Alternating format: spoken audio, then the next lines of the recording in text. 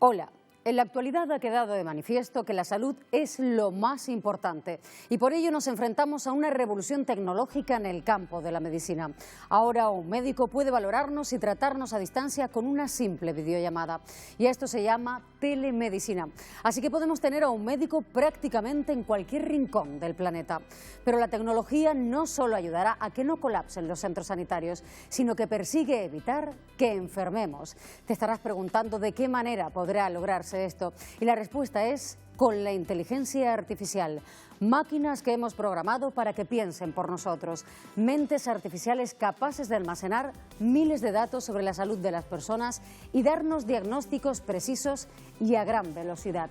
Pero puede que en un futuro toda la población esté monitorizada, que sepamos cómo y de qué vamos a enfermar. Nuestras vidas estarán basadas en datos y nuestro tratamiento preventivo será la tecnología. Las preguntas son: ¿hasta qué punto estás dispuesto a ceder información en beneficio de tu salud? Puede que el día de mañana desaparezcan algunas profesiones médicas. ¿Qué problemas puede traer la aplicación de la inteligencia artificial a la sociedad? ¿Pondrías tu salud en manos de una máquina? A continuación les invito a ver inteligencia artificial en la medicina. En Europa tenemos una larga esperanza de vida. Hay menos nacimientos y la población está cada vez más envejecida y con más achaques. Así que hay una alta demanda de atención en nuestro sistema de salud. España tiene 47 millones de habitantes. A cada uno le corresponde del último presupuesto general alrededor de 1.690 euros para sanidad. Esta cantidad tiende a subir cada año, pero ha llegado a ojos de algunos expertos algo que revolucionará la medicina y ayudará a evitar, entre otras cosas, la saturación en el sistema sanitario. Se trata de la telemedicina y la inteligencia artificial. ¿Qué os parece si os digo que en el futuro nadie va a estar enfermo? Que ni siquiera vamos a sentir síntomas. Que la sanidad como la conocemos nunca va a volver. Veremos cuáles son las ventajas y desventajas de la implantación de estas tecnologías para el presente y el futuro de la medicina.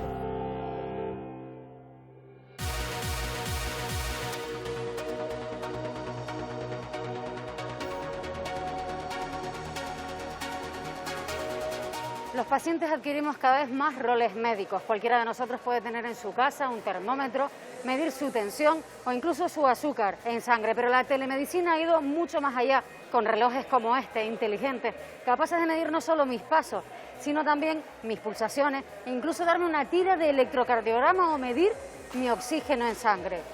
Este reloj incluso puedes complementarlo con una pesa. En esa pesa mides múltiples variables. Además, tanto el reloj como la pesa están conectados a una aplicación en mi teléfono móvil. En esa aplicación tengo incluso un semáforo que me alerta de si debo ir a una revisión médica, pero esto no queda aquí. A través de esa aplicación puedo enviar todos estos datos a mi médico de cabecera.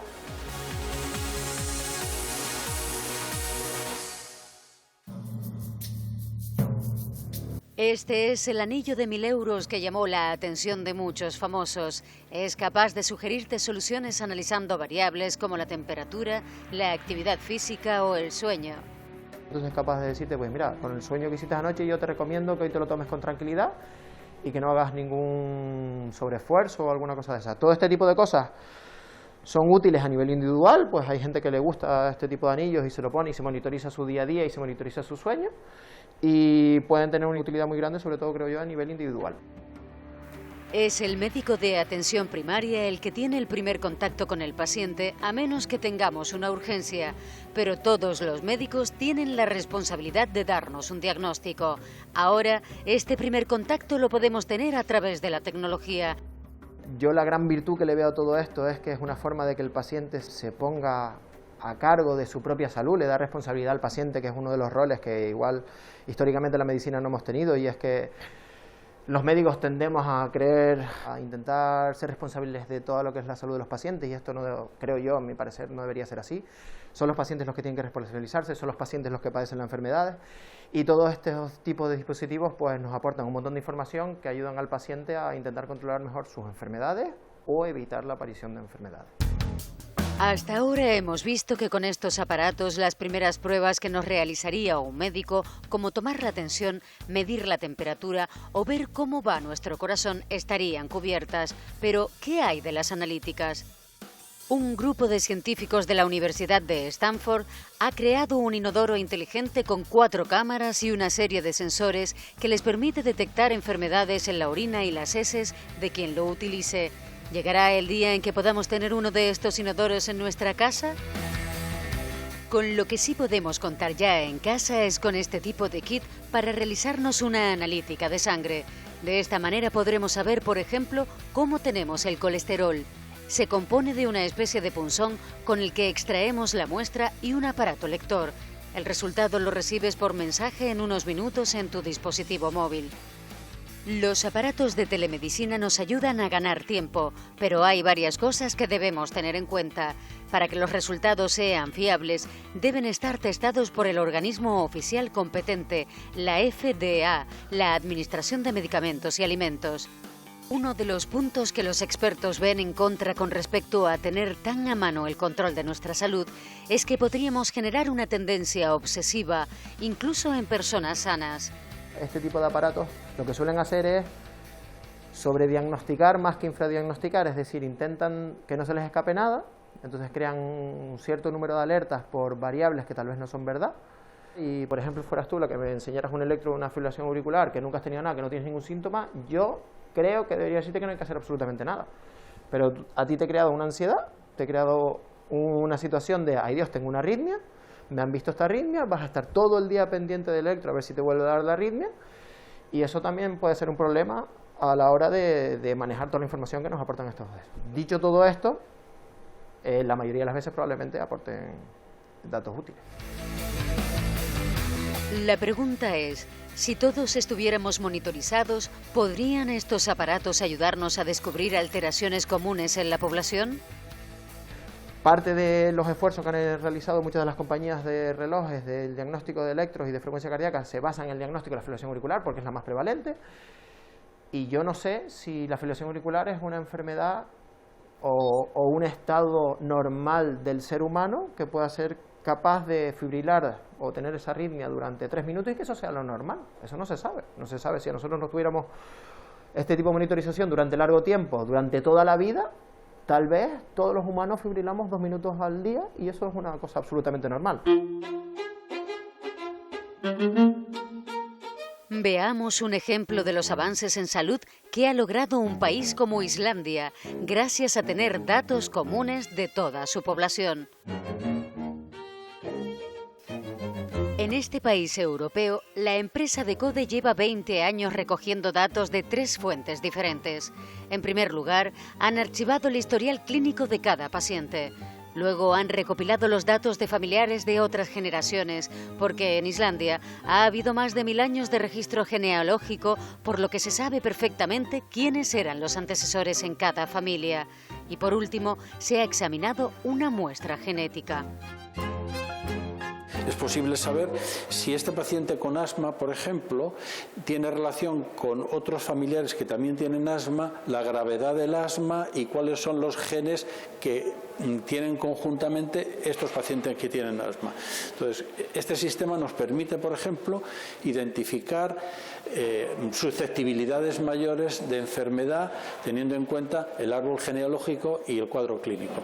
Esto ya se está haciendo y está dando unos buenos resultados. Todos estos datos han sido adecuadamente codificados en un sistema de seguridad del Gobierno de Islandia para que no haya ninguna fuga de identidad. ¿Podría cualquier país seguir este ejemplo para predecir y prevenir enfermedades? La pregunta es, ¿hasta qué punto estamos dispuestos a ceder nuestros datos? ¿Es esto seguro? Emilio Sanz es el presidente del Comité de Bioética de la provincia de Santa Cruz de Tenerife. Con él comprobamos que el acceso a nuestros datos clínicos podría suponer un problema en la práctica social, ya que algunas empresas podrían beneficiarse de ello. Normalmente autorizas al médico para la atención sanitaria, le puedes autorizar para una investigación y también te lo puede pedir, por ejemplo, una compañía de seguros para ver si la póliza que te va a cobrar es mayor o menor. Evidentemente eso entra dentro del mercado libre, por así decirlo. Si una compañía me pide mis datos genéticos y yo no se los quiero dar, pues no se los doy y entonces tendré que buscarme otra compañía. Pero si se los doy, me estoy exponiendo a un tipo de discriminación por razón de la carga genética. 10 dedos en las manos y 10 en los pies, eso era lo único que importaba antes. Ya no. Ahora, a los pocos segundos de vida, ya se podía saber el tiempo exacto y la causa de mi muerte. Trastornos cardíacos, 99%. Esperanza de vida, 30 años, 2.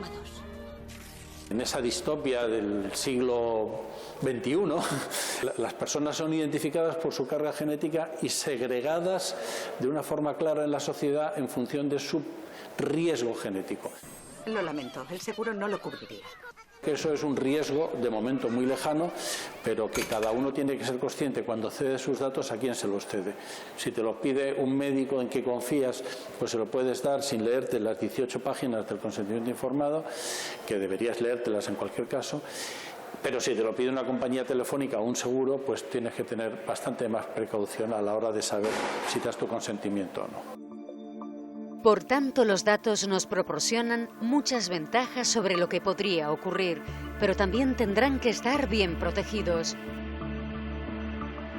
Son las compañías que más datos manejan las que están viendo una oportunidad de negocio en la medicina, como es el caso de Google o compañías telefónicas que ya ofrecen un médico que te atiende desde tu casa a precios muy asequibles.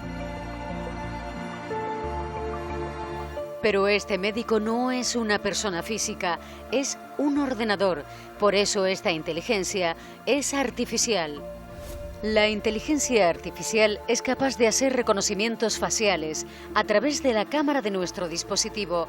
El proyecto de Amazon, llamado Recognition, es capaz de detectar hasta 8 emociones, entre ellas si tenemos miedo, disgusto, confusión o calma. También hay técnicas de reconocimiento facial que simplemente con un vídeo como el que estamos haciendo ahora pueden ver tu tensión arterial o tu ritmo cardíaco, simplemente con el vídeo. No solo nuestro rostro puede dar pistas a la inteligencia artificial de cómo nos encontramos, también nuestra voz cambia cuando estamos enfermos. Por ejemplo, la tos de COVID, se están haciendo muchos estudios que graban la tos y pueden detectar si tienes COVID o no, o incluso en insuficiencia cardíaca. Uno de los síntomas es que te hinchas un poco, retienes líquidos, y eso te cambia la voz. Y nosotros no lo percibimos, pero el software sí. Entonces ni siquiera tienes que llevar nada puesto, ¿no? Estás hablando, tu móvil te está escuchando y te puedes sacar un warning de, oye, estás empeorando. En la actualidad, los médicos españoles dedican una media de 13,4 minutos en consulta, según el estudio más extenso que existe sobre este tema, realizado por la revista British Medical Journal Open. ¿Es este tiempo suficiente para diagnosticar a pacientes con múltiples dolencias? Si gracias a la telemedicina ya podemos acudir a una consulta con un electro o una analítica hecha en casa o incluso con un diagnóstico previo mediante inteligencia artificial, ¿ayudará esto a descongestionar las consultas? La ingeniera biomédica María González Manso ha creado Tucubi, una empresa de telemedicina que hace un seguimiento continuo a personas mayores a través de inteligencia artificial. Es decir, que es un ordenador el que habla vía telefónica con estas personas como si fuera un enfermero. Yo creo que según está evolucionando la tecnología en distintos ámbitos, vamos a llegar a unas detecciones tan precoces que no vamos a ni siquiera, aunque nuestro cuerpo internamente pueda tener ya algún síntoma de que puede llegar a enfermar, porque lo detecta algún tipo de tecnología, nosotros no nos va a doler, por así decirlo, y nos van a poder tratar antes de llegar a sentirnos enfermos. Entonces, yo creo que es por ahí donde va a evolucionar. ¿Cómo te ha ido el tratamiento? Pues bien, he mejorado algo. Me da un poquito de sueño, pero no sé si es debido a eso o al cansancio que tengo. Esta es una sala de espera creada por el Departamento de Tecnología de la Información y Comunicación del Hospital Universitario Nuestra Señora de la Candelaria, en Tenerife. El paciente se puede conectar a la hora de su cita con un teléfono móvil, una tablet o un ordenador.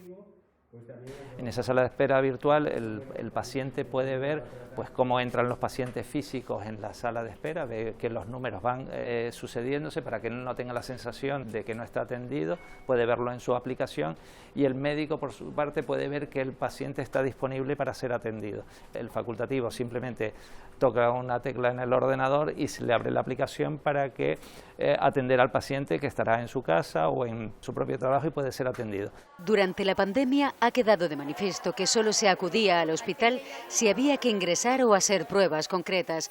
Todo apunta a que la tecnología hará que esto continúe siendo así.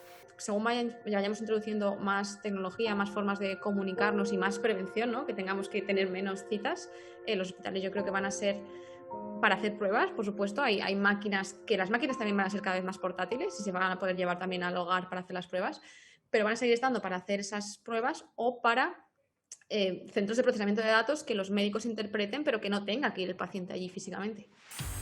Carlos Bermúdez y su equipo de ingenieros se emplean a fondo para desarrollar programas de inteligencia artificial que puedan ser aplicados en este hospital. El proyecto que este equipo del Hospital Universitario Nuestra Señora de la Candelaria ha desarrollado para detectar la enfermedad ocular de retinopatía diabética fue premiado como mejor proyecto de inteligencia artificial a nivel nacional por la revista Computer World. Lo han hecho entrenando al ordenador a base de mostrarle miles de imágenes sobre el fondo de ojo. El sistema es capaz de distinguir la retinopatía diabética en 4 niveles. Retinopatía diabética de nivel 0, fondo de ojo totalmente sano, y pues nivel 1, nivel 2, nivel 3 hasta nivel 4, que es la retinopatía diabética proliferativa o la más fuerte, donde hay más lesiones y es la más obvia. Lo que estás viendo aquí son hemorragias, y ella, fíjate cómo ha aprendido a ignorar lo que es la zona esta de la mácula donde entra, no le hace caso, y lo que sí se fija son todas las hemorragias que hay en la retina. El oftalmólogo del centro hospitalario, especialista en retina, Rodrigo Abreu, colabora con ellos en sus investigaciones.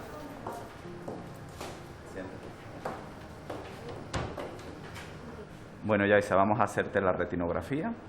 Apoyamos la barbilla aquí en la mentonera y te retires un poco el pelo.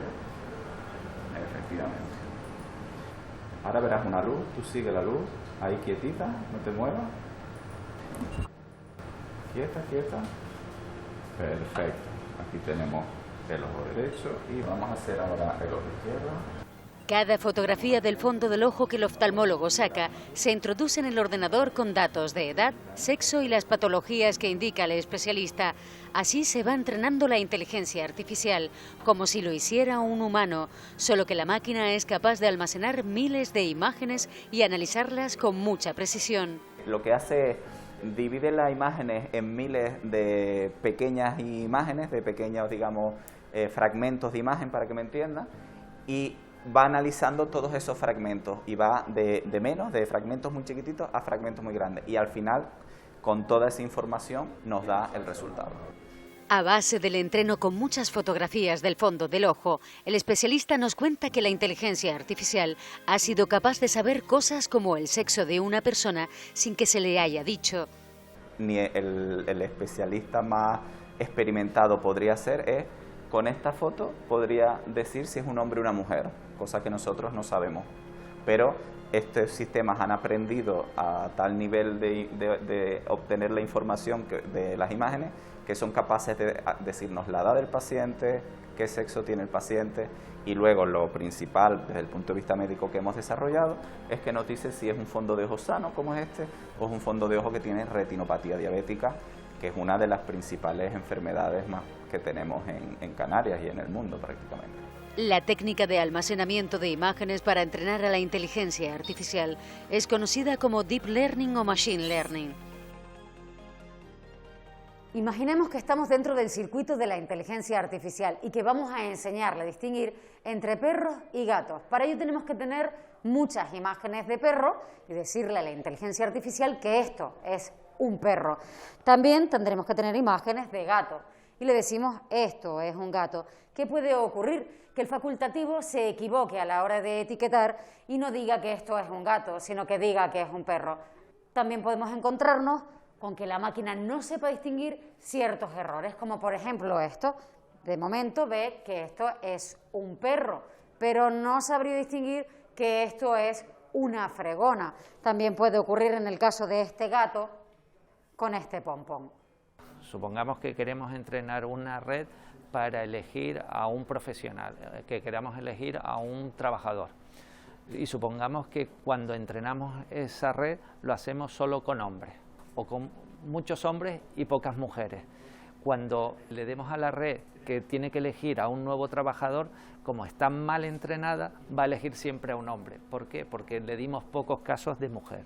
Pero una máquina bien entrenada nos ayudará a ordenar los pacientes graves de los menos graves. El objetivo principal del proyecto es que sirva de screening, o sea, que sirva de primer filtro para saber quiénes son los sanos y quiénes no, y ya automáticamente ya se le genere el circuito del paciente, ¿no? No tener que esperar cuándo tengo una cita, cuándo me van a decir si estoy sano o no, sino que ese primer filtro sea automatizado y sea tan automatizado que la información es en segundos. La pregunta es, ¿puede la inteligencia artificial detectar a través de estas fotografías otras patologías que no tienen que ver con el ojo? Cuando el sistema, que es de media se equivoca más o menos 3 años, ¿qué es lo que pasa si el sistema te dice que el paciente tiene más 15 años, más 20 años? Es decir, ¿realmente se está equivocando el sistema o estamos viendo una degradación en el fondo del ojo que implica una edad de más 20 años? Entonces son todos campos que ahora se abren para la investigación.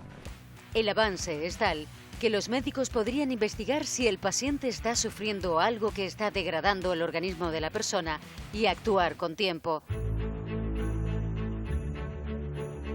Los ingenieros han pensado que el hecho de que la inteligencia artificial pueda averiguar la edad mostrando un simple fondo del ojo puede ser muy útil para agilizar los procesos relacionados con las personas que no llevan documentación que les identifique. Estamos en conversaciones con la gente del Instituto Anatómico Forense. Ellos calculan la edad viendo la imagen de un pequeño hueso que hay en la muñeca y una ortopontomografía. Pues es también un proceso que se podría automatizar, incluso en vez de hacerlo con una radiografía que pues emite radiación, pues con pruebas más sencillas como podría ser una retinografía, que es un aparato pequeño que incluso puedes desplazar y llevar a cualquier sitio y de forma inmediata. La inteligencia artificial exige que en un futuro los médicos tengan que ir de la mano de los ingenieros informáticos. El cardiólogo Luis Álvarez está ensayando con la lectura de electrocardiogramas. Si la máquina acierta siempre, nosotros lo que podríamos hacer es, ya basados en el diagnóstico que nos da la máquina, hacer actuaciones médicas con esos electros. Los ingenieros se dieron cuenta de que tenían pocos ejemplos y se vieron en la necesidad de generar datos sintéticos. Es decir, construirnos nosotros las imágenes que simulen patologías que no tenemos de forma real porque o la incidencia de la patología es muy baja o no tenemos las imágenes. Así que los cardiólogos dibujan electros con distintas patologías para tener más muestras y entrenar la red con ellas. Como yo sé que le estoy enseñando a la máquina, o yo, algunos compañeros nosotros de cardiología, que lo que hemos hecho, nosotros somos lo que le decimos, si esto es fibrilación auricular, Flutter, nunca podrá mejorarnos, porque al final la máquina lo que ha aprendido es lo que yo le he enseñado, y es decir, por lo menos lo va a hacer tan bien como yo. Por otra parte, los ingenieros han creado lo que se conoce como un chatbot, un chat donde el ordenador responde como si fuera un médico más dando diagnósticos. Esto con la idea de que se pueda acceder a la plataforma desde cualquier sitio. Nosotros podríamos irnos a hacer medicina de campaña a cualquier sitio del mundo. A lo mejor en el sitio sí tenemos un electro, pero no tenemos un cardiólogo. Pues hacemos la prueba del electro, le sacamos una foto con el móvil, ¿vale? Una vez que tenemos la foto, la encuadramos un poco para evitar los bordes, ¿vale? Y una vez que tenemos la foto más o menos encuadrada, se la enviamos. El sistema detecta el tipo de imagen, en este caso que es un electrocardiograma, y hace el prediagnóstico, diciéndonos, bueno, en este caso es un ritmo sinusal al 99%. En salud nosotros queremos la perfección, y es imposible, pero todas estas herramientas nos pueden ayudar para cometer menos errores que voy a cometer por ser humano. Y también creo que es muy importante el otro lado, el ahorro de trabajo que nos podría hacer. Nosotros podemos entrenar una IA en 48, 50 horas desde cero y tener un cardiólogo disponible en cualquier parte del mundo. La inteligencia artificial nos permite sustituir a un médico de forma física en cualquier lugar, porque además estas herramientas son de muy fácil acceso para todos. Ahora es posible perfectamente con un ordenador doméstico de tener en casa poder entrenar una inteligencia artificial si tenemos los datos y tenemos el conocimiento. Entonces, esa es otra de las cosas que hace esta tecnología tan potente y que tenga una penetración tan fuerte en el mercado, y es que cualquiera que tenga ganas de acercarse a ella, adquiera los conocimientos, no necesita hacer una inversión muy grande para poder empezar a tener resultados. Pero hay otros proyectos que se están desarrollando en Canarias que tecnológicamente son más complejos. En el Laboratorio de Bioingeniería de la Universidad de Las Palmas de Gran Canaria, estos ingenieros trabajan con microelectrónica aplicada. Nuestra línea de investigación es la aplicación de la imagen hiperesπectral, es una nueva tecnología de imagen, aunque ya lleva bastantes años aplicada en el estudio científico, a diversas aplicaciones médicas. Por tanto, este equipo es pionero a nivel mundial en el uso de la imagen hiperespectral junto a la inteligencia artificial en la medicina. Es algo que desarrollaron gracias a un proyecto europeo llamado Helicoid. Pero veamos más detalladamente cómo funciona. Los satélites, por ejemplo, ofrecen fotografías a través de esta tecnología para diferenciar entre minerales, agua o cualquier elemento. Así que juegan con un espectro de color más amplio. Entre los seres vivos hay diferentes espectros de colores. Vemos de manera diferente. Si nos ponemos en el ojo de un animal marino, veremos en blanco y negro. Los perros ven en 2 colores y las aves en 4, aunque las palomas en 5, así que cuentan con más información. El ojo humano ve en azul, verde y rojo, y sus combinaciones dan lugar al resto de colores que somos capaces de detectar. Lo mismo ocurre con una cámara de fotos normal. Sin embargo, la tecnología hiperespectral, de ahí su nombre, tiene un espectro de colores más amplio. Permite ver más de 800 colores distintos, incluso los infrarrojos, que es algo invisible al ojo humano. Con esta información extra, el objetivo de estos ingenieros es ayudar a los neurocirujanos en operaciones de tumores cerebrales. Lo que ofrecemos con la tecnología hiperespectral es más precisión a la hora de determinar los bordes, facilitarle esa visualización de la identificación del tumor y además ofrecerle el resultado en tiempo real de quirófano, cuando que ellos, para tener el diagnóstico de si el tejido es tumoral o no, necesitan esperar aproximadamente entre 30 a 45 minutos a un diagnóstico patológico, lo que hace que se retrase el tiempo de operación. Con nuestro sistema pues, podríamos llegar a cortar esos tiempos, reducir listas de espera en quirófano, facilitar las operaciones, mejorar la calidad de vida de los pacientes, etcétera, etcétera. Esta técnica podría ser útil para mayor precisión en otras patologías como el cáncer de mama o de piel. Además, en el futuro se espera que los teléfonos móviles lleven incorporada una cámara hiperespectral. Una vez la tecnología avance en estos próximos años, ya existen teléfonos móviles que se han empezado a fabricar con tecnología hiperespectral, puede llegar a que el propio usuario del teléfono pues, se saque una foto de la lesión que tenga en la piel y sea el propio teléfono el que te haga el autodiagnóstico y te diga, oye, esta lesión es sospechosa o esta lesión no hay problema, despreocúpate. Y entonces en el caso de que sea sospechosa ya es el usuario el que va al especialista, etcétera. Y es que tanto en nuestro móvil como en un hospital, la inteligencia artificial no descansa, trabaja las 24 horas del día. En un futuro, cualquier prueba que un paciente se haga podría ser examinada por una máquina. De esta manera se podrá descubrir si tiene otras patologías. Un paciente que viene porque se ha caído con la bicicleta y viene porque se ha dado un golpe en la costilla y normalmente viene a urgencia, se le saca una placa de rayos y el médico lo que le mira es pues, que tiene una fractura en la costilla. Pero si yo cojo esa imagen y la paso por un proceso de inteligencia artificial, podría detectar nódulos incluso antes de que el paciente salga de urgencias, con lo cual le puedo avisar de que hemos visto en su radiografía algo que nos hace sospechar que tiene que ir después al especialista. Lo que podemos hacer incluso antes de que el paciente se vaya, generarle una cita de forma automática o bien con su médico de primaria o con un especialista para la revisión de ese caso, o simplemente ponerla en un buzón del especialista para que después valore si tiene que llamar al paciente o no. Otro reto de la inteligencia artificial es la distancia. Hace unos años llegó al Hospital Universitario de Canarias el robot Da Vinci, bautizado así en honor al polímata italiano que fue el primero en utilizar un robot. En este caso es un robot esclavo. Todos los movimientos los realiza un cirujano que está sentado en una consola a distancia y es capaz de manejar tanto una cámara en 3D con 10 aumentos, lo cual nos permite una mejor definición del campo quirúrgico, y otros 3 brazos que manejan instrumentos. Esto permite 7 libertades de movimiento en el espacio, algo que no lo podemos hacer ni siquiera con nuestras propias manos. La precisión y el entrenamiento del robot Da Vinci permitirá determinar cuál es la mejor cirugía que el experto puede realizar. Nosotros podemos incorporar las imágenes obtenidas tanto en la resonancia como en el TAC, como en el escáner, las podemos incorporar a la consola y podemos superponer la imagen de la cirugía con la imagen del escáner. Lo podemos hacer en 3D y en modelos que tienen flexibilidad, es decir, nosotros podemos tocar los órganos y al lado nos aparece el modelo en 3D y se reproduce el mismo movimiento y con precisión podemos saber lo que está debajo de lo que estamos operando. Eso es lo que nos está trayendo ahora mismo la inteligencia artificial.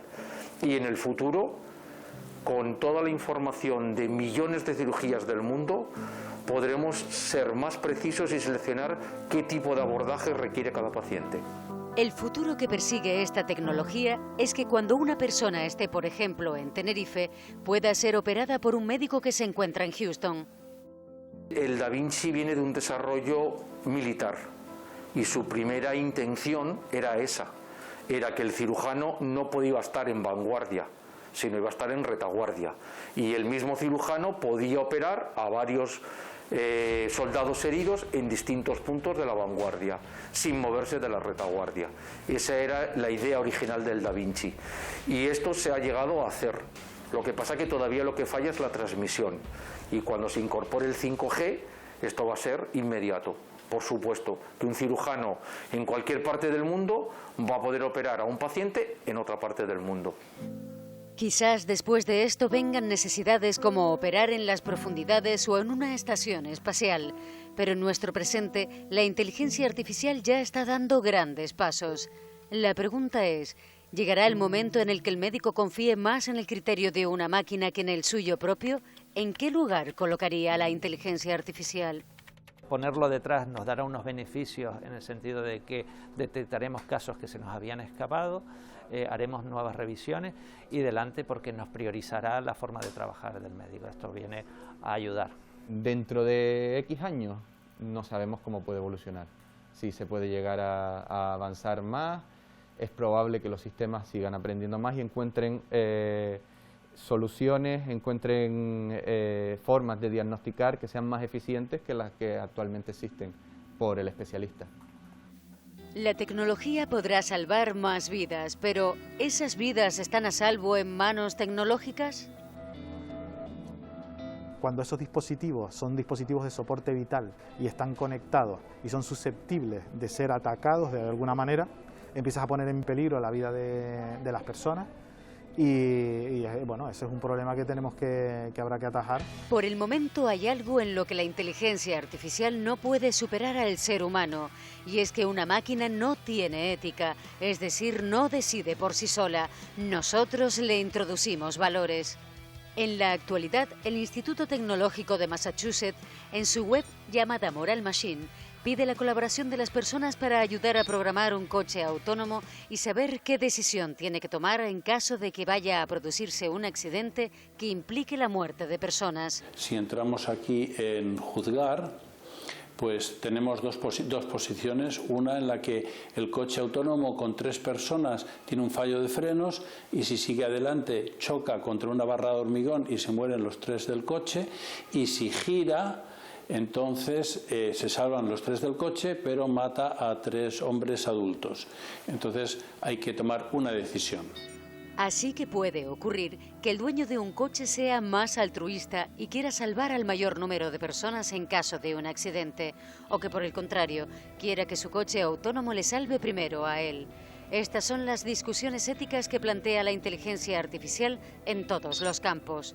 Cuando los sistemas y los algoritmos se van desarrollando, se conseguirá cada vez mayor precisión, pero desde luego siempre será necesario alguien que haga una interpretación válida de esas pruebas. El ejemplo que hablábamos antes era el del avión. Ahora mismo los aviones son capaces de aterrizar y de despegar solos, no hay ningún problema.